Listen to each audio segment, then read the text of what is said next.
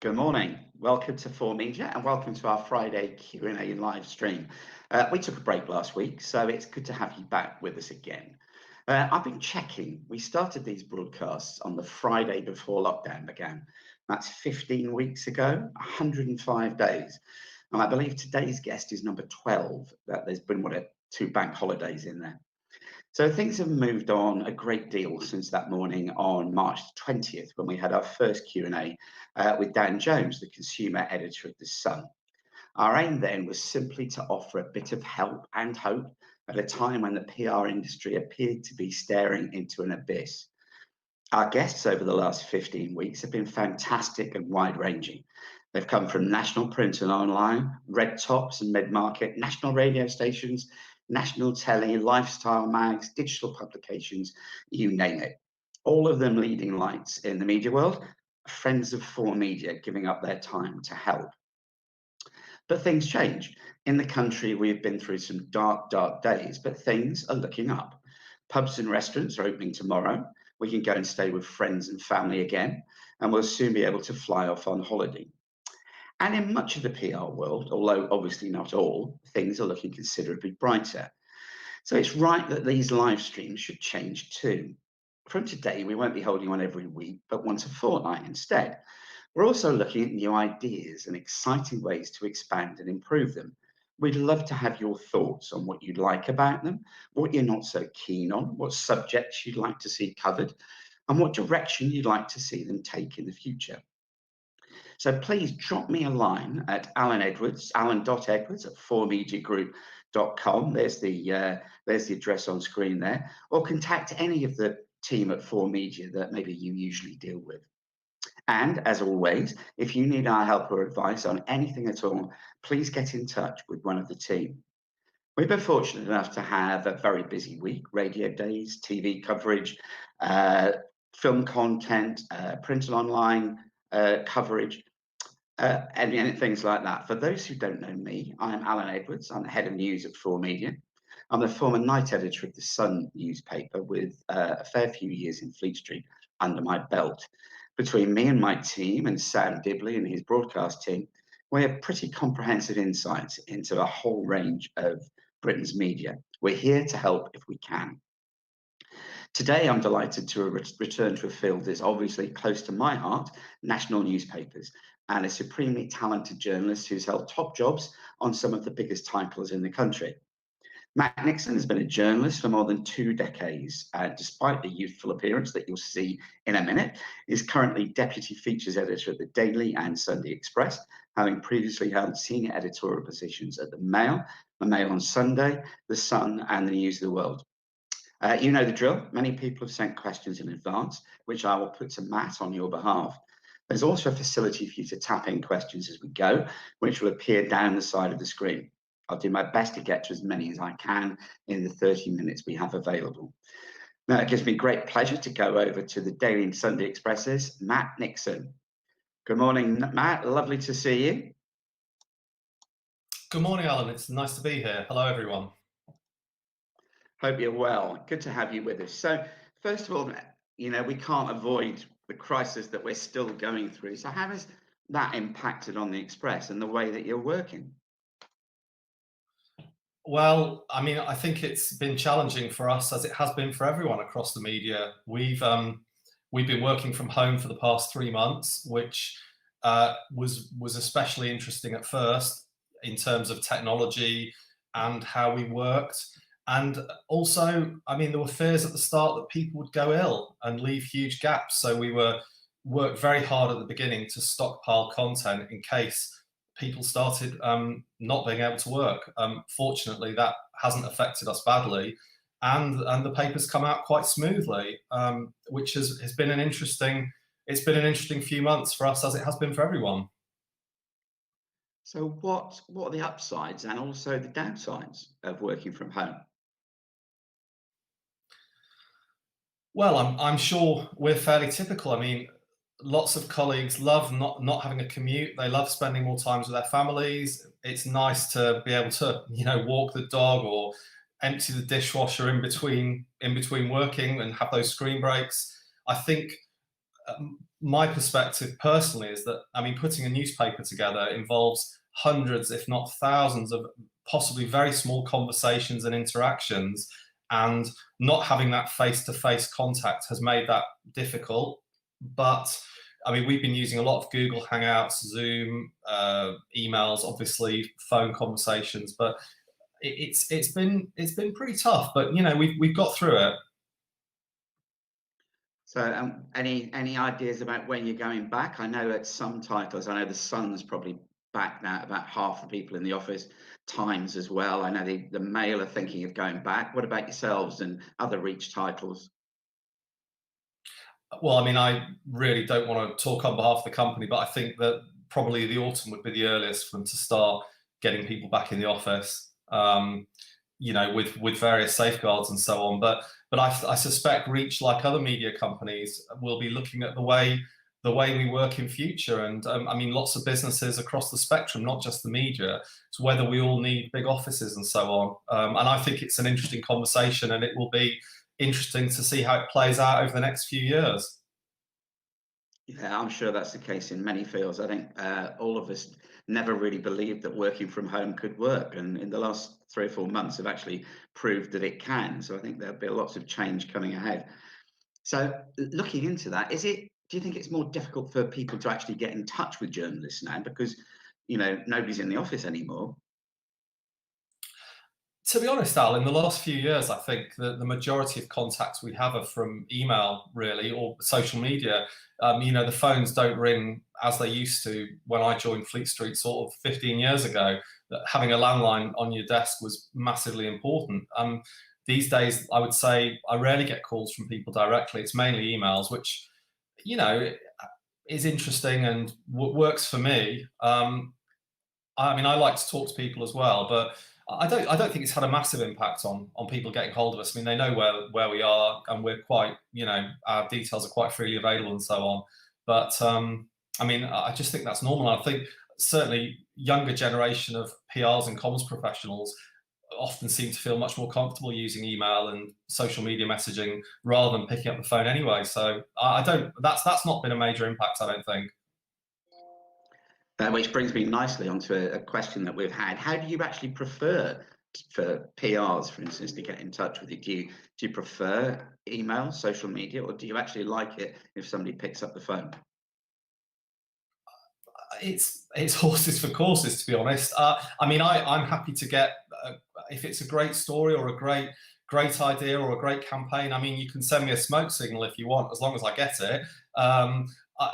I suppose, in common with a lot of journalists, I don't like feeling that I'm one person who's received the same email in 1,000, especially if the same email's gone to other colleagues on the desk. And I know how hard it is to get impact these days. And I'm not cross with people for doing that, but it's just I'm less likely to respond to something if it's not tailored to me. You know, what I like best is when someone knows who I am, knows what we do, and has taken the trouble to do a bit of research and given me a kind of off the peg pitch. You know, and I appreciate absolutely that's not always practical or easy and or timely, but that's my ideal. But as I say, you know, I do try and read everything that I get sent, and I do try and respond to the majority of emails. And also I try to kind of give feedback and say yes or no, and this is why.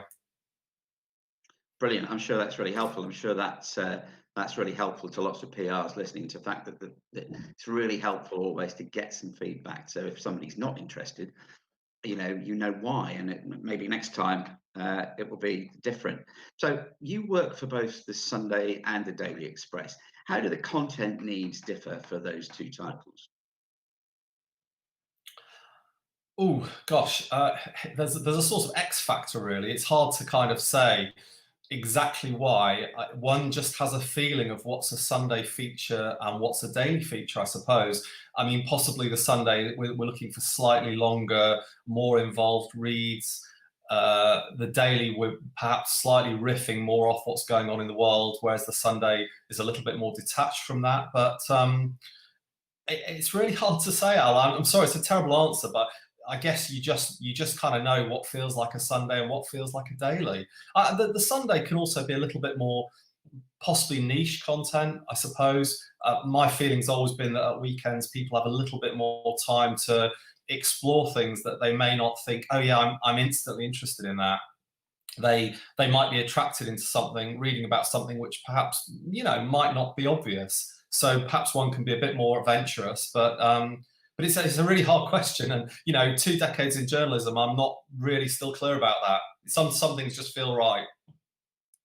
Yeah, I do get that answer. Yeah, it was probably an unfair question. I apologise, but so is there perhaps more scope to actually get stories in Sunday papers because they're produced on a day when not much is happening.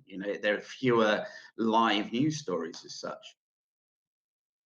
Oh, I think maybe 10 years ago that would have been the case, but I just think we're in such a 24/7 society these days that stuff's happening all the time. And obviously, it's been an incredibly busy news period with huge events happening almost on a daily basis, and a big narrative story running over since February, March. And but maybe one can be a little bit more thoughtful about it and think ahead a bit more. Yes, sure. I mean that's one of the things I would always say.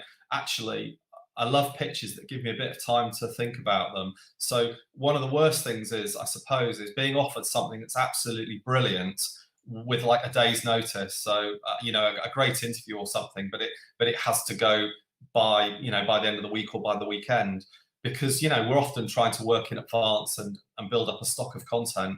And you know it's nice to be able to give projects a bit of time and thought, if that makes sense. What about that's Daily and Sunday Express, but what about online? Does all the content that appears in print go online, or is it selective, or how does that work? Um, I would say the majority goes online.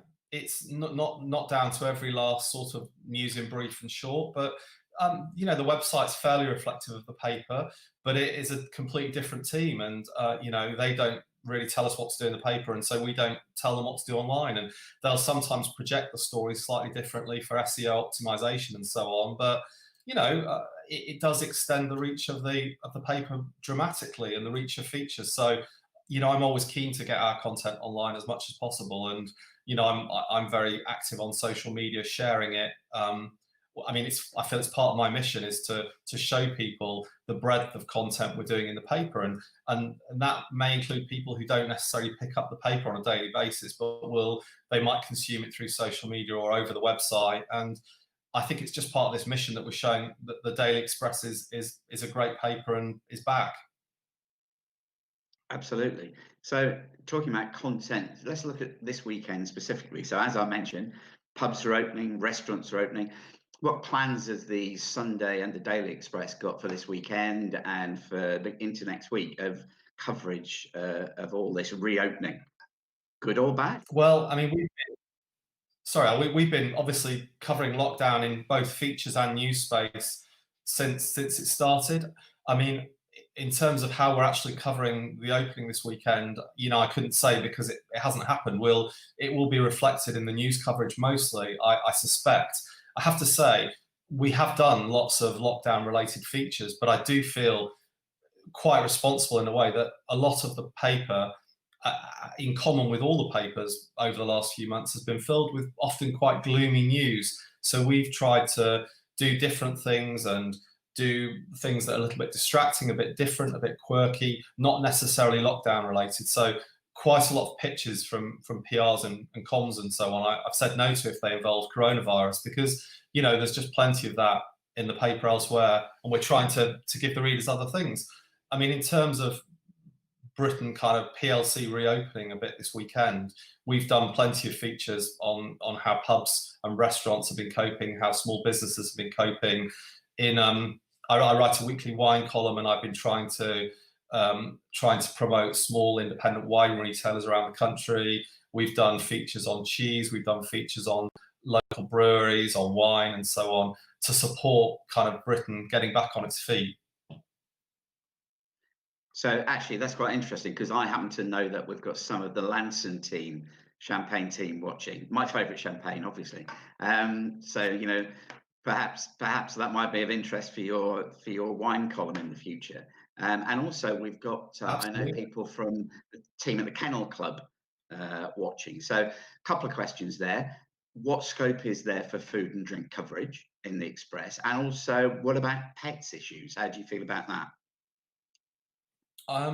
Well, I mean, as I say, I write a weekly drinks column, so I'm always looking for nice ideas, things to review. So always keen to hear from people. In terms of pets and animal coverage, I mean, we're a mid-market paper. Our readers love animal stories. I mean, we've done some brilliant interviews. We've had a couple of great recent ones over hero police dogs that have had just a huge response. We love animal stories, and we've been involved in various campaigns over puppy farming and so on. And no, these are topics of great interest to readers. Absolutely. So going back to the start of your answer there, are you interested? A question that's come in. Are you interested in product tastings and things like that? Drinks wise, always happy to try things out and write about them if they're interesting. Food tastings, I mean, that's not really so much for me. That's more of a lifestyle page thing in our magazines. I'm always happy to direct pitches in the right place if I can help. I mean, food and drinks coverage, that's not massively part of my day-to-day job though.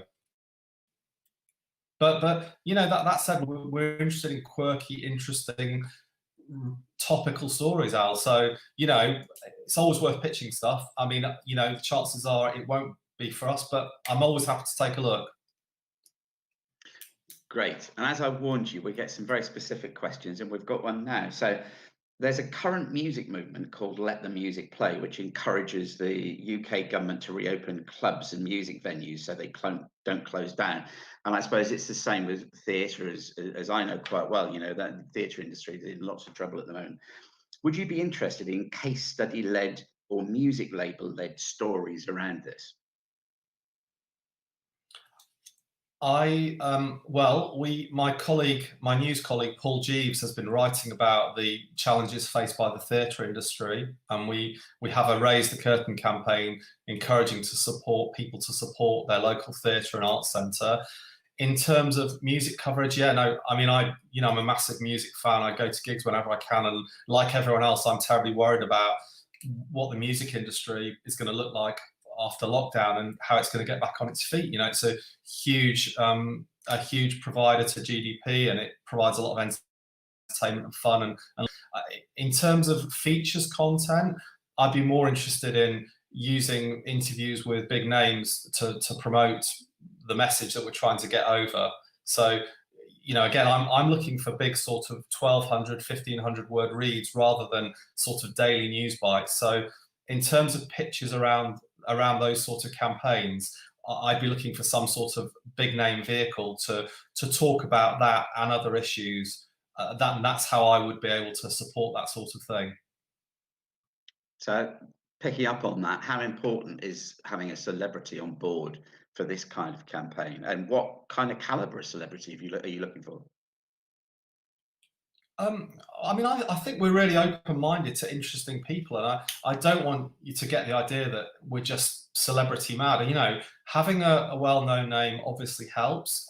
I think we're incredibly broad in our view of what a celebrity is. It's not a really helpful word, to be honest, and perhaps I shouldn't have used it, but generally we're interested in interesting people with something interesting and perhaps different to say.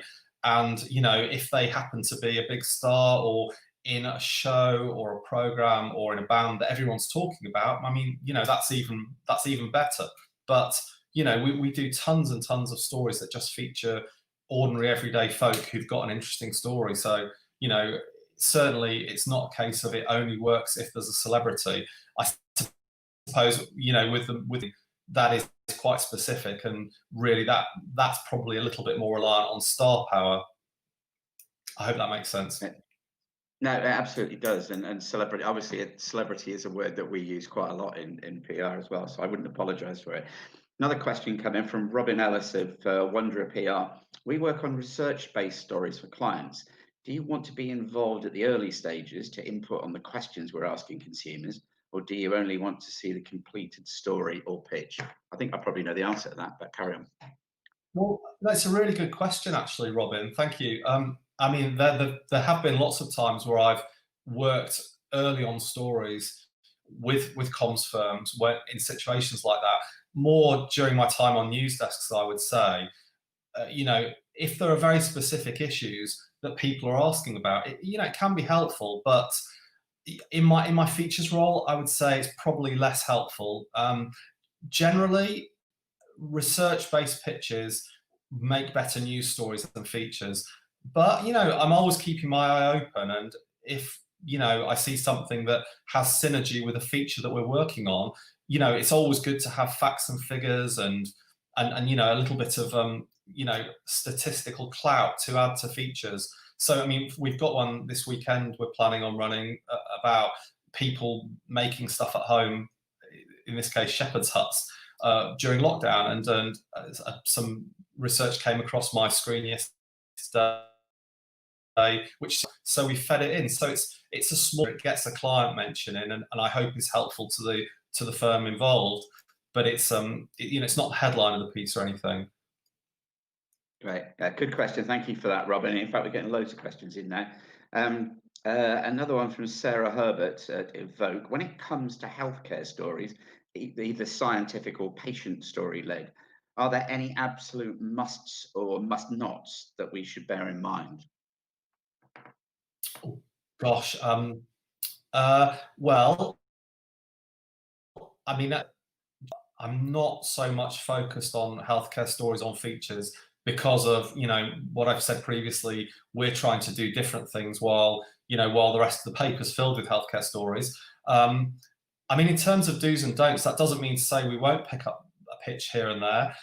We're looking for strong case studies, articulate people who can talk movingly about their circumstances, what we call human interest, I suppose.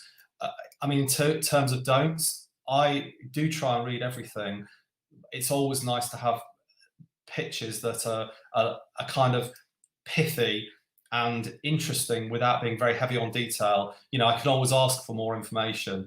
There's nothing more likely to make me think I've got other things to do than a very heavily written, very technological pitch. So try and remember, we're all sort of jack of all trades, masters of none in journalism. So try and make it easy for us to understand pitches is probably what I'm saying.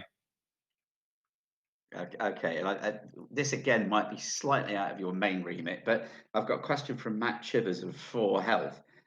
You mentioned that you were not necessarily avoiding, but you're not absolutely focusing on coronavirus stories. What type of health stories are you interested in currently? Because obviously there are trends in this kind of thing, aren't there?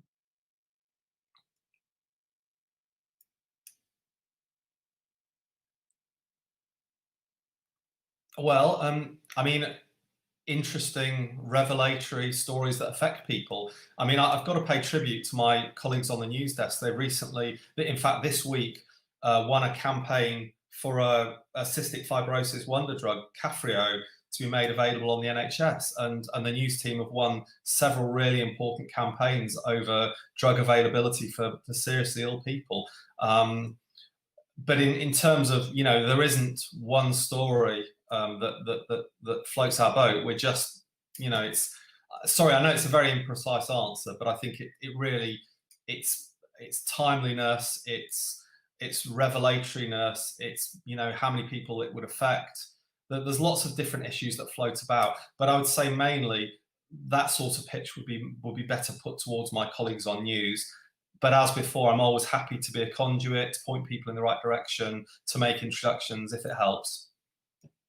Yeah, actually, I remember. I certainly recall seeing that breakthrough cystic fibrosis drug this week. So, yeah, great work there from your guys. Another question here that we've had in: what are the key things that stand out to you that something is too advertorial when it comes to product pitching, and how can PRs avoid this? That's a really good question, I think. It's a great question. It's really difficult to answer because, you know, so many stories in newspapers are around products, and you know, at the same time, I know journalists who are filling general news and features pages, you know, and I don't include sort of the magazine, the Best Buys, or the specific lifestyle sections, which are filled if you're promoting something, because, you know, journalists can be sniffy if they feel they're being sold something. I guess, you know, we're looking for stories around products. If it's, here is a new product that we are launching, that really, I'm not the right person to send that to, you know, unless it's to do with a drink or you know, an alcohol product, which I might write about in my drinks column. You know, if it's there is an amazing trend that this product reflects, well, that, you know, that might be interesting. But generally, I would say those sort of product pitches are better off placed to specific consumer correspondence rather than, you know, the features desk. So that leads me quite nicely onto another question we've had in. Are you keen on paid for advertorial or editorial competitions? We have a department at Reach that deals with advertorials, and we, you know, we do run them, and we do get involved in them as the features desk when the occasion demands. Probably I would be happy to, you know, to introduce people, but I wouldn't really be the best person to talk about advertorial, so on. In terms of editorial competitions, I mean, you know, if we're writing about topics and there's a discount code or there's a reader offer, then you know, I'm always interested in hearing about that. We, you know, we love giving readers a value for money and adding value to the editorial content, and we do when it's appropriate. So another question we've had in, how do you measure the success of your feature content amongst your readers? I think that's a really tough question, and I apologize for it. Oh gosh, it is a tough question. I mean, you know, I suppose we see the impact in terms of, you know, social media shares, how well a story does on the website, where it's ranked. We see it impacting whether the stories get followed up. You know, we do lots of, and we certainly have done a lot of features based around publishing books and authors over lockdown, because, you know, publishing's kind of continued where many other things we write about haven't. And we see impact in sales of books. You know, we feature an author and we see their book rising up the Amazon rankings and selling copies through the Express Bookshop. So you know, but it's I mean, and people talk about it. You know, the Express often features in the roundup of papers on Sky News or on the Today programme, and, you know, as part of the sort of national conversation, for want of a better word. So that all feeds in. But in terms of absolute metrics, you know, I'm not looking on a daily basis as to what's doing the best online. You know, I'm doing things that appeal to me and I think will appeal to the editor and will appeal to the readers. So, and some of those I'm sure do, and some perhaps don't. But I feel like having an audience, you know, it's a responsibility to try and occasionally challenge the audience. And I've always felt that at the various papers I've worked off, some of which have had, you know, much larger circulations than the Express. But, you know, you shouldn't just be feeding people what they think they want. You should try and take them to other places. And I think it's a great privilege of being a journalist, is having that ability to speak to people. So I always think, well, if I can persuade the editor this is interesting, then I'm sure there'll be one or two readers that are interested as well. And you know, hopefully we get it right more than we get it wrong. Fantastic answer, thank you. Somebody here is another question here from somebody who's obviously trying to seize the moment. This is Polly Parkin from Kindred.